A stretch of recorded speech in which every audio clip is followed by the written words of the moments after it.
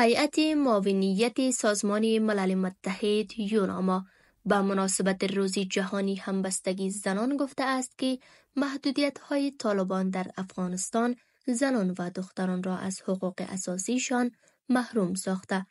و این سازمان از طالبان خواسته است که باید هرچه زودتر این محدودیت‌ها را لغو کنند. یوناما روز شنبه 8 مارس برابر با 18 هود با نشر اعلامیه‌ای همچنان از کشورهای عضو ملل متحد خواسته است که با بلند ساختن صدای زنان افغان، پشتیبانی از رهبری آنان و سرمایه گذاری روی استقامت و آینده زنان، داعیه همبستگی را به عمل مبدل سازند. ملل متحد افزوده است که شعار امسال روز جهانی زن، حقوق، برابری و توانمندسازی برای همه زنان و دختران است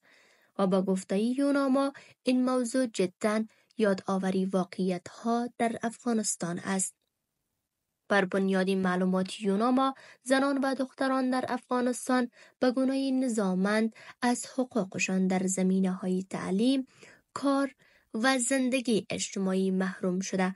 که این محدودیت‌ها نه تنها سرپیچی از حقوق بشر می باشد بلکه مانع پیشرفت افغانستان به سرش دامنه فقر و انزوای میلیون‌ها انسان می شود.